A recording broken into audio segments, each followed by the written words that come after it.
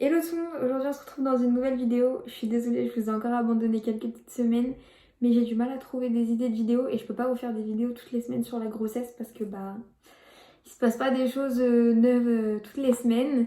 Mais du coup je vous retrouve aujourd'hui pour vous faire une vidéo sur tout ce qu'on nous dit pas autour de la grossesse parce que bien souvent on nous fait croire que ça va être 9 mois merveilleux parce qu'on porte la vie et que c'est la plus belle chose au monde. Alors ouais, c'est quelque chose de magnifique. Mais il y a quelques petites choses qu'on nous dit pas et qu'on aurait peut-être aimé savoir avant de tomber enceinte. Alors évidemment il y a des choses qu'on sait déjà, comme là, je regarde ici parce qu'il y a mon ordinateur, j'ai tout noté. Mais il y a des choses qu'on sait déjà, genre pas d'alcool, pas de tabac, c'est logique. Il n'y a pas de discussion à avoir là-dessus, genre un petit verre par-ci par-là. Non, pas de clope, rien du tout, on oublie. On sait qu'on va prendre du poids. Mais je pense qu'on se dit que c'est des kilos d'amour. Moi, c'est ce que j'essaie de me dire, c'est des kilos d'amour, c'est pour la bonne cause, machin. Donc ça va. Puis j'ai de la chance de bien prendre, donc ça va. On sait qu'on risque d'avoir des nausées. On sait qu'il y a certaines odeurs qui risquent de nous dégoûter. Mais en fait, on n'en sait pas plus que ça sur la grossesse. Et il y a toutes les choses qu'on nous dit pas. Alors j'ai une liste comme ça et je pense qu'elle est exhaustive. Je pense que vraiment on aurait pu mettre plus de trucs. Mais bon là je me suis concentrée sur ce que moi j'ai et je vous ai fait une mini liste après de ce que j'ai pas encore. En tout cas j'espère ne pas avoir, mais en tout cas que j'ai pas encore, mais qui peuvent être vraiment très chiants aussi. Alors la première chose je pense qu'on nous dit pas, c'est la restriction sur la nourriture. On nous dit pas forcément que tout ce qui est charcuterie, tu peux l'oublier, tout ce qui est raclette, tu peux oublier, tout ce qui est fromage, au lait cru, t'oublies. Tout ça on ne nous dit pas. Alors si on ne peut pas en manger, c'est pour des bonnes raisons, c'est parce qu'il y a des risques de maladies qui peuvent atteindre le fœtus et qui sont pas dangereuses pour nous. Mais on ne nous dit pas qu'on va devoir se restreindre sur certaines choses. Du coup voilà, après il y a des risques de listériose, de toxoplasmose, tout ça. Après je suis pas médecin donc je vous laisserai aller regarder vous-même à quoi ça correspond. Mais voilà, on nous dit pas forcément qu'il y a certaines choses auxquelles on va devoir dire au revoir pendant 9 mois. Et là j'avoue qu'en étant sur la fin, il y a certaines choses où je me dis j'ai hâte d'envoyer mon mec une fois que j'aurai accouché lui dire tu vas m'acheter ça, je veux manger ça, genre maintenant, tout de suite, sans négociation possible.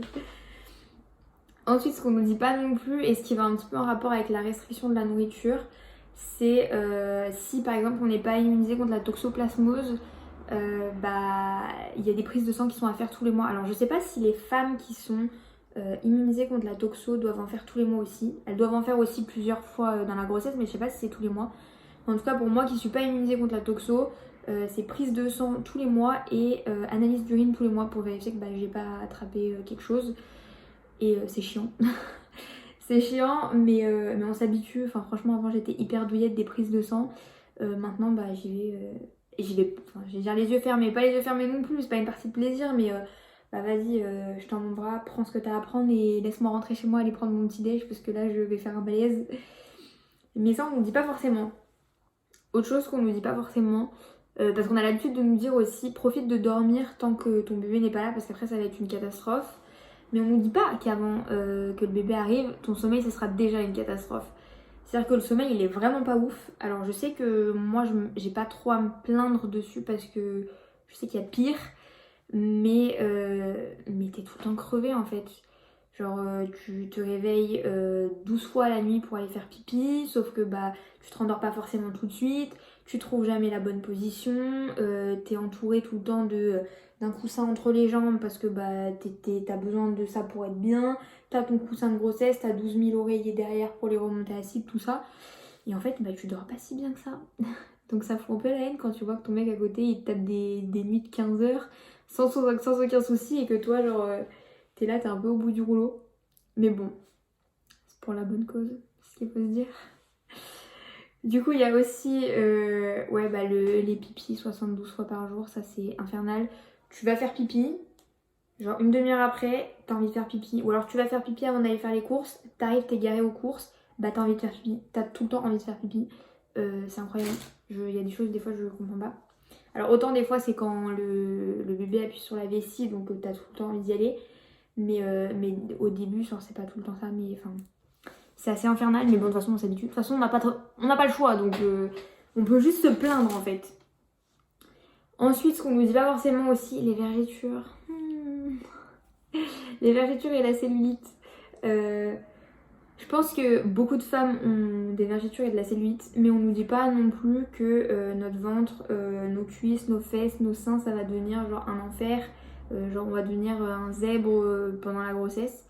Alors pareil, je touche du bois, j'ai pas trop à me plaindre pour le moment, j'ai très peu de vergetures, j'ai pas forcément pris de la cellulite par rapport à avant, j'en avais déjà avant, mais ça s'est pas aggravé avec la grossesse, donc pour l'instant j'ai de la chance.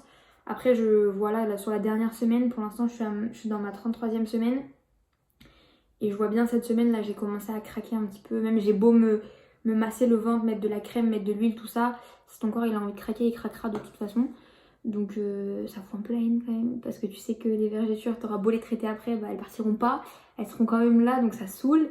Mais pour l'instant, on va dire que moi j'ai de la chance, c'est que ça se met à des endroits où c'est pas forcément dérangeant et c'est pas forcément voyant, mais ça saoule quand même. Ensuite, ce qu'on nous dit, ça on nous le dit à moitié, mais c'est les envies incontrôlables de nourriture, c'est catastrophique. Alors les fraises, c'est genre un mythe, faut savoir que, ou alors peut-être chez certaines femmes, hein, mais en tout cas chez moi c'est un mythe, j'ai jamais eu envie de fraises pendant ma grossesse. Par contre, quand j'ai envie de quelque chose, il me le faut genre là maintenant tout de suite, je suis pas capable d'attendre. C'est-à-dire que si j'ai envie de manger un truc, il faut que je le mange, sinon ça va m'obséder pendant des semaines et je vais manger que ça après. Donc par exemple en juillet, genre j'avais envie de raclette et bah on s'est fait genre 2 ou 3 raclettes d'affilée parce qu'il fallait que j'évacue ce besoin, cette envie de raclette. Et finalement après c'est passé, c'est allé mieux, mais du coup je préfère le prendre directement dès que j'ai envie d'un truc. Je m'en occupe directement plutôt que ça traîne sur des mois parce qu'après c'est infernal, j'ai envie de bouffer ça tout le temps et c'est un enfer. Du coup il y a ça. Il y a les remontées acides aussi. Ah, ça c'est sympa ça. Alors moi pour ma part, ça arrive plus le soir, après le repas du soir. Enfin, quoique même quand je mange pas le soir, ça arrive aussi. Mais en général, ça arrive plus, on va dire, vers 21h, 22h où tu sens que bah, être allongé ça devient compliqué, qu'il faut rester assise et que bah, ça remonte et que bah, c'est vraiment pas agréable. Mais il paraît que c'est un symptôme de fin de grossesse, donc ça veut dire qu'on est sur la fin, donc c'est déjà ça. Mais c'est chiant. C'est chiant et très désagréable. Ensuite, il y a la sensibilité au niveau de la poitrine et des mamelons. Oh, c'est affreux, c'est infernal, c'est horrible. Ça, il n'y a personne qui nous dit. On nous dit, ouais, tu vas prendre des seins, tout ça. Mais il n'y a personne qui nous dit que, genre, à peine tu vas les effleurer, ça va être un enfer. Ah, mais c'est horrible. Genre, des fois, juste, je sais pas, je vais faire ça ou parce que je vais choper un truc ou je vais ramener un truc vers moi et tout. Je vais à peine les toucher, mais ça va être un enfer. Genre, je suis là en train de me les tenir tellement ça fait mal que c'est un enfer. Genre pourquoi on ne dit pas ça au début? Pourquoi on nous laisse pas nous préparer mentalement à ça en fait? Ensuite, faire ses lacets ça devient un calvaire aussi. Ah oui bah alors moi je crois que j'ai... Là j'ai trouvé une position pour les faire mais jusqu'à il y a peu j'avais arrêté de faire mes lacets. C'était mon copain qui me les faisait ou ma mère ou quelqu'un qui était là avec moi. Genre en fait au plus ton ventre il grossit, au plus en fait tout ce qui se passe en dessous ça devient inaccessible. Et du coup bah je pouvais même plus faire mes lacets. Du coup soit c'était mon copain qui me le faisait, soit c'était ma mère quand elle était là, enfin quelqu'un qui était là quand j'avais besoin de faire mes lacets. Mais là j'ai trouvé une position dans les escaliers, les jambes écartées, machin, enfin bref je m'en sors. Mais c'est vraiment galère.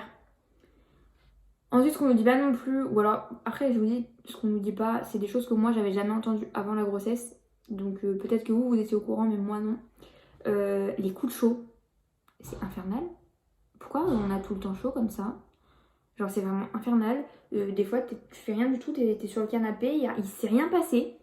Que d'un coup tu montes en chaleur, tu sais pas pourquoi. Tu vas quelque part, t'as chaud, tu fais quelque chose, t'as chaud, t'as tout le temps chaud. Moi c'était infernal. Et pourtant après, je veux dire moi je vais accoucher en hiver, mais est-ce que ça change quelque chose le fait que j'ai été enceinte en été ou pas? Mais bon là il fait pas non plus extrêmement chaud, il doit faire une vingtaine de degrés, 25 degrés, enfin c'est vachement raisonnable. C'est infernal, j'ai tout le temps chaud, je crève de chaud, je vais quelque part, j'ai chaud, tout le temps je suis là en train de regarder mon mec en disant toi aussi t'as chaud? Il me dit bah non, normal. Je suis là genre je suis en chaleur en train de me... Mais je vois que je suis pas la seule parce que quand on fait les cours de préparation à l'accouchement, bien souvent quand on attend la sage-femme qui nous fait les cours avec les autres nanas qui sont enceintes, on est toutes là genre avec nos papiers en train de nous aérer tellement on a chaud. Donc je sais que je suis pas la seule, mais c'est super désagréable. Ensuite il y a la rétention d'eau et les pieds qui deviennent genre énormes. Alors je suis pas trop sujette à ça, j'ai été sujette un peu à ça pendant la canicule parce que bah tu piétines, tu marches, il fait chaud machin et tes pieds ils gonflent très facilement. Après je suis pas forcément super sujette à ça donc j'ai un peu de chance. Mais c'est infernal aussi, genre si t'as des chaussures ouvertes bah tu rentres plus dedans, tes baskets c'est à peine si tu rentres dedans, essaye même pas de mettre des talons c'est pas la peine. Donc c'est un peu chiant. Mais bon. Ensuite, les maux de dos et les douleurs ligamentaires. Qui a inventé ça, genre? C'est un enfer. Les maux de dos, alors moi ça arrivait plus vers, je dirais, le 6e mois. Là je suis dans mon 8e mois. Je dirais que c'est peut-être plus arrivé vers le 6e mois où j'ai commencé à demander à mon chéri de me masser un peu le bas du dos et tout. On a regardé même des tutos sur YouTube pour qu'il me masse correctement le dos, vu que c'est pas vraiment les mêmes massages quand t'es enceinte. Mais c'est infernal, genre ça fait super mal au dos. Genre t'es tout le temps là en train de te tenir comme ça, genre ça fait mal et tout. Après je sais qu'au plus j'avance au pire ce sera parce que bah forcément bébé prend de la place, bébé prend du poids et bah du coup bah forcément faut le porter et du coup au plus tu te cambres et bah au plus c'est galère mais bon. Mais c'est super chiant et les douleurs ligamentaires aussi. Ça c'est dû au fait que l'utérus bah à la base je crois qu'il fait genre il est tout petit, genre ça fait une taille un truc comme ça je crois. Et en fin de grossesse ça fait la taille d'une pastèque donc forcément faut que ça prenne de la place et que les ligaments ils tiennent. Mais ça fait super mal. Genre plus d'une fois, moi j'ai dû aller à la maternité tellement j'avais mal. Ils ont dû me donner des cachets, tout ça par rapport à ça. Parce que je tenais plus, en fait, c'était pas possible. Ensuite, ah, ça c'est quelque chose. Ça c'est quelque chose aussi. Les contractions. Pourquoi personne nous dit qu'on va avoir des contractions pendant la grossesse? Genre pourquoi personne nous prévient? Moi j'ai toujours pensé que les contractions ça viendrait que bah, le jour où j'allais accoucher. Genre en mode un peu, genre ça signifie que t'es en travail et tout, genre que ça va être le moment et tout. Mais pas du tout, moi j'ai des contractions depuis que... je crois que les premières contractions que j'ai eues, j'étais dans ma 20e semaine, un truc comme ça. J'étais là genre pourquoi j'ai des contractions maintenant? J'ai même pas fait la moitié de la grossesse. Genre si j'accouche maintenant, mon bébé il est pas viable, il est même pas reconnu, il est genre... il disait quoi ça? Et en fait si t'as des contractions pendant la grossesse, alors pas tout le monde, hein, il y a des nanas qui vont avoir genre vraiment 0 contraction jusqu'à leur accouchement. Mais moi j'en ai régulièrement. J'en ai même des fois au point de dire arrête de me parler, tais-toi, laisse-moi passer le truc. Plus au plus tu me parles pendant une contraction qui fait mal, au plus j'ai envie de t'éclater la tête parce que t'es en train de me parler alors que laisse-moi me concentrer. Mais c'est pas comique ces choses-là. Genre personne nous dit qu'on va en avoir avant. Du coup il y a ça. Il y a personne qui te dit non plus qu'il va falloir te refaire une garde-robe. Alors ça aussi c'est comique cette histoire. Tu dois te racheter des vêtements comme pas possible qui coûtent une blinde parce que les vêtements de grossesse ça coûte une blinde juste parce que clairement parce qu'ils mettent un bandeau hein, faut dire ce qu'il y a hein, parce que c'est un jean normal genre un slim genre normal ça coûte une blinde. Je crois que ce jean là j'ai dû l'acheter genre 35 balles mais t'es qui genre et encore je crois que j'ai dû l'avoir en réduction enfin bref c'est rien de genre tu dois refaire ta garde-robe parce que tu rentres dans plus rien, tes t-shirts ils remontent, enfin après au plus c'est au plus t'avances dans la grossesse hein. Mais au plus ton ventre il est gros, au plus tes jeans, bah forcément tu rentres plus dedans, donc faut acheter des jeans exprès ou alors faut mettre autre chose. Tes t-shirts, s'ils sont pas longs d'habitude, et bah ils vont remonter. Et bah du coup bah tout le monde voit le bas de ton ventre, c'est super désagréable aussi parce que bah tout le monde te regarde et c'est chiant, genre t'as envie de dire trace ton chemin, arrête de me regarder. Donc c'est super chiant. Ensuite, il y a aussi, ça on peut s'en douter un petit peu, mais il y a les hormones qui travaillent. Genre pour moi, c'est au point de me faire chialer devant le générique de Baby Boom. Alors, pourquoi le générique? Des fois, juste je regarde le générique, je pleure alors que on sait plus pourquoi. Mais ouais, ça travaille pas mal. Genre, tu t'énerves pour un rien. Tu sais pas pourquoi. Genre, aujourd'hui, il y a tout le monde qui te fait chier. Ton mec te fait chier. Il y a tout qui te fait chier. Donc, faut pas te parler alors que t'as rien fait. Tu t'es pas levé du pied gauche. T'as rien fait. Hein. Juste, t'es saoulé. Puis le jour d'après, t'as envie de pleurer. Puis le jour d'après, c'est super chiant. Mais bon, c'est les hormones. Et je trouve encore que j'étais plus sensible au premier trimestre. Mais là, je le vois en ce moment, genre que je recommence à pleurer, genre dès que je pense à l'accouchement et tout. Et pourtant, j'ai vraiment pas peur de l'accouchement. Mais c'est bien chiant quand même.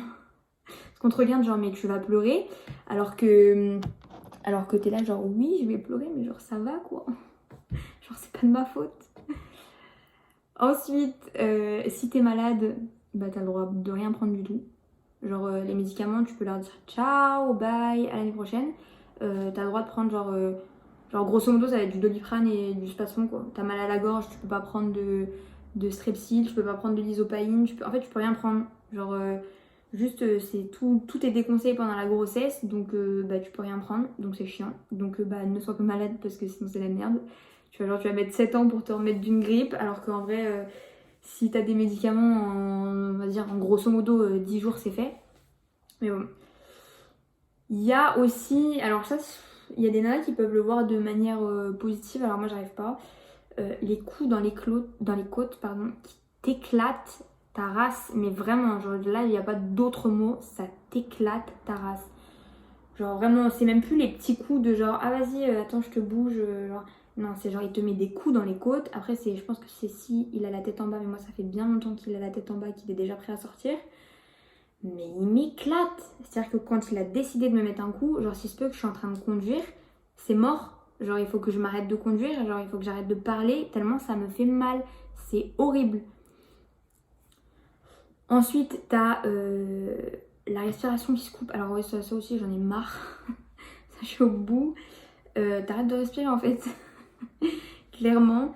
Moi, alors je sais pas si c'est parce qu'il est haut ou parce qu'on me dit souvent que, enfin ma sage-femme me dit souvent que j'ai un gros ventre pour mon stade, mais en fait j'ai super du mal à respirer. En fait, mis à part me mettre droite et tout ça et faire du ballon pour essayer de me sentir mieux, il y a rien qui soulage. Genre des fois, je sais pas pourquoi, je suis allongée sur le canapé et je sais pas si c'est parce que lui change de position ou quoi, mais d'un coup j'arrive plus à respirer et je suis là genre c'est infernal. Donc ça c'est vraiment un truc, genre j'ai hâte de plus être enceinte pour que mon utérus reprenne sa place et que mes organes reprennent leur place et que je puisse respirer correctement tout le temps sans être essoufflée pour un rien. Ensuite, après il y a des choses que vous pouvez peut-être savoir, genre le hoquet de bébé, genre c'est super bizarre la première fois que ça t'arrive, genre tu sens que ton bébé il a le hoquet. Genre même maintenant mon copain il le sent aussi, genre il met sa main, genre il y a le ventre qui bouge, genre tu sens qu'il a le hoquet. Mais apparemment c'est parce qu'il boit trop de liquide amniotique ou j'ai pas trop compris ça, mais bon, on va laisser tout le vocabulaire médical au corps médical, mais ça peut être surprenant si tu sais pas que ton bébé il peut avoir le hoquet, genre t'es là genre il se passe quoi à l'intérieur de mon ventre là. Moi j'ai l'impression, souvent je dis ça, j'ai l'impression que c'est genre comme s'il y avait une bombe à retardement dans mon ventre parce que c'est vraiment genre comme ça, genre ça tape comme ça, donc c'est assez bizarre. Ensuite ce qu'on nous dit pas, ouais si on nous dit pas, il y a, merci la moto.